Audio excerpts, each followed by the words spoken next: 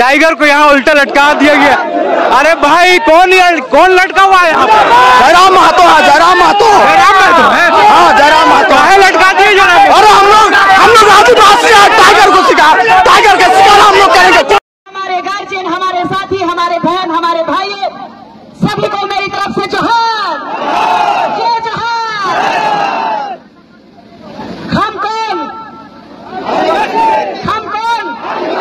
इस देश का मालिक कौन? इस देश का प्रथम नागरिक कौन? हम इस देश के प्रथम नागरिक हैं। इन कुर्मियों को बताने के लिए मैं यहाँ आई हूँ। इन्होंने मुझे ओपन चैलेंज किया था कि रामगढ़ की धरती में आओ, तेरा एक आदिवासी नहीं रहेगा। मैं उनको दिखाना चाहती हूँ, ये है आदिवासी परिवार, ये है देश के प्रथम नागरिक, ये है देश के मूल नागरिक। उनको मैं चेताना चाहती हूँ और बताना चाहती हूँ। सब जानते हैं कि वो लोग यहाँ हमारे झारखंड राज्य में खेती करने आए थे। जानते हैं कि नहीं जानते हैं? अंग्रेजों ने उनको खेती करने के लिए यहाँ लेके आए थे और ये कह रहे हैं कि हम 65 साल पुराने हैं। तो 1901 की जनगणना में कुर्मियों को कृषक कहा गया था कि नहीं कहा गया था? उसके बाद 1926 को, 1929 को और 1931 को इन कुर्मियों ने क्षत्रिय महासभा में अपने आप को घोषित किया कि हम क्षत्रिय हैं। उन्हें कहा कि हम क्षत्रिय हैं। और राम टहल चौधरी जी, जो कुर्मियों के नेता हैं, जो 5 बार सांसद और 2 बार विधायक रहे हैं, उन्होंने भी कहा कि कुर्मी जो है क्षत्रिय है और कुर्मी एक है, दोनों अलग अलग नहीं है। आड़ा का डिफरेंस है। किसका है? आड़ा का डिफरेंस है।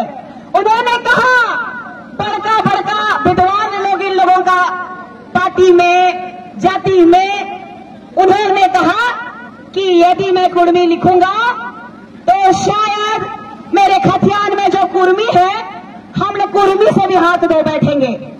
और इनको पूछिए कभी कि इनको इस संविधान के तहत इस भारत देश में जो सुप्रीम कोर्ट है, इस भारत का जो न्याय का मंदिर है, इस न्याय के मंदिर ने कहा कि 2010 और 11 में इन्होंने फरमान दिया पूरे भारतवर्ष को कि इस देश का प्रथम नागरिक आदिवासी है।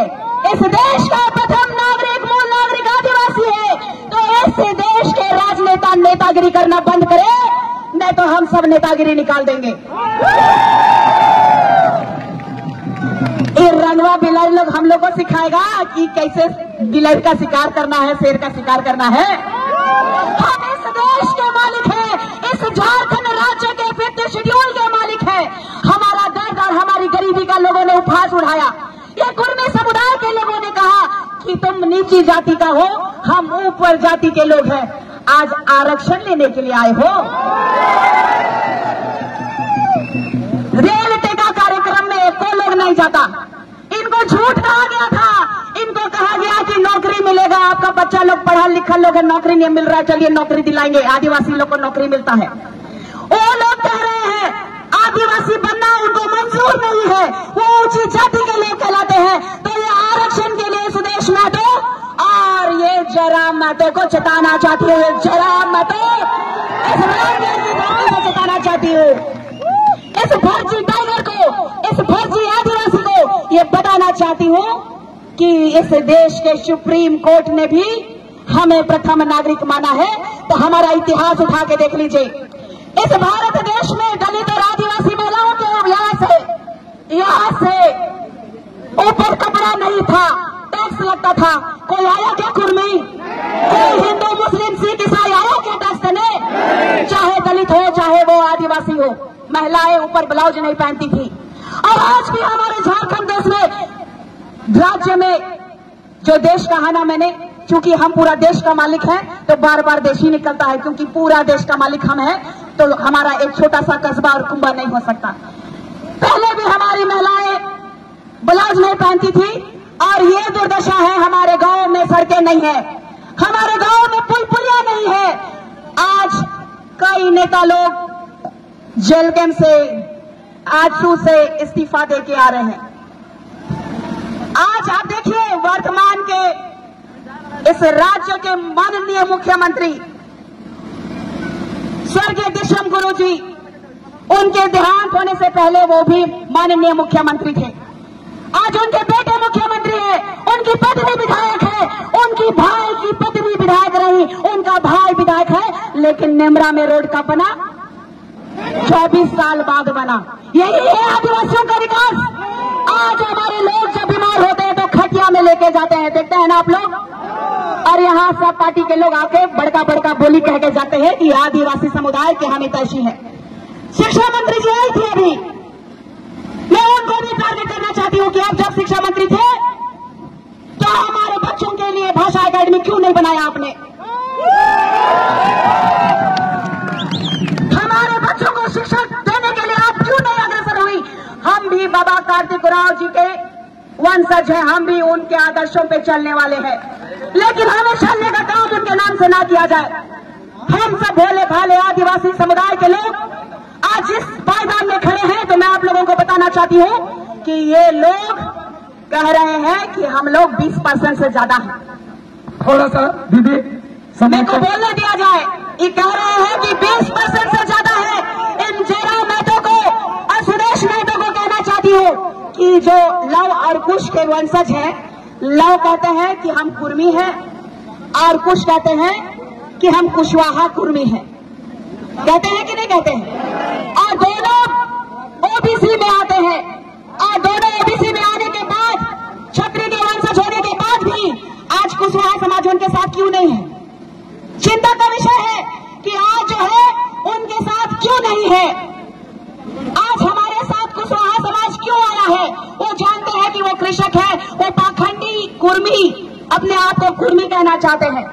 और राजस्थान के तर्ज पे जिस तरीके से मीना लोगों ने भोली भाली भील समुदाय के आदिवासियों का आरक्षण ले रहे हैं, आज IAS है, IPS है, आज बड़े बड़े पोस्ट में भील नहीं मीना है, तो क्या आप चाहते हैं कि हमारे ऊपर कुर्मी राज करे? हम लोग का धांगर को मलिक बना दे? हम लोग का खेत में काम करने वाला कौन था? कुर्मी कौन था? धांगर था। तो धांगर को धांगर रहने दिया जाए, बहुत मान सम्मान दे दिए।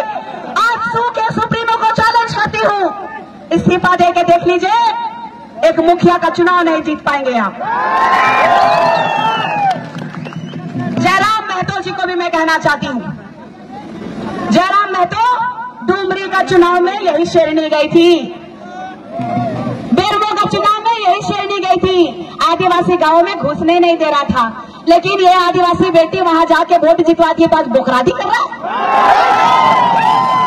आज निशा भगत को ट्रोल करने वालों को मैं कहना चाहती हूँ कि इस देश के मुख्य न्यायाधीश BR गवई की बेंच ने SC/SC एक्ट का 1989 एक्ट जो होता है, जानते हैं कि नहीं?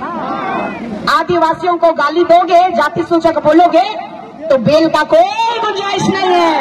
इन मुर्गियों को बताओ कि हमारे पास जो अधिकार है, आदिवासी पैदा होता है, बने नहीं जाते हैं। आदिवासियों की ये चेतावनी है, चाहे वो केंद्र की सरकार है और केंद्र की सरकार को चेताना चाहते हैं। अब हो गया ये समय लोलो पोलो करने का, मान सम्मान देने का। हमने बहुत मान सम्मान दे दिया। आपको मैं बताना चाहती हूँ कि कल जो स्वर्गीय निर्मल महतो जी की जयंती, बोलिए जयंती थी ना कि पुण्यतिथि थी? जयंती जी की पुण्यतिथि थी कि फर्जी लोगों का पता नहीं चलता, इसीलिए पूछ रहे हैं। तो मैं ये चीज कहना चाहती हूँ कि वहां पर अपना चेहरा चमकवाने के लिए इस केंद्र के एक बहुत ही नामचीन व्यक्ति गए थे, उनके बारे थोड़ा सा मैं बताना चाहती हूँ।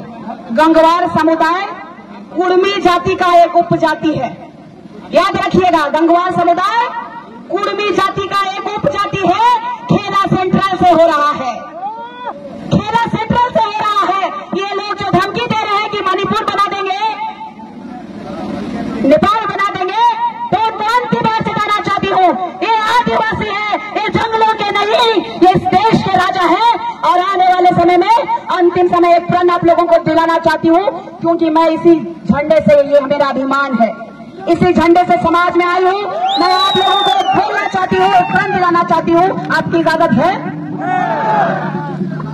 निशा दीदी, वक्ता लोग बहुत ज्यादा हैं, तो आप थोड़ा समय का अभाव है, आप इसको समझते हुए अपना वक्तव्य को रखेंगे।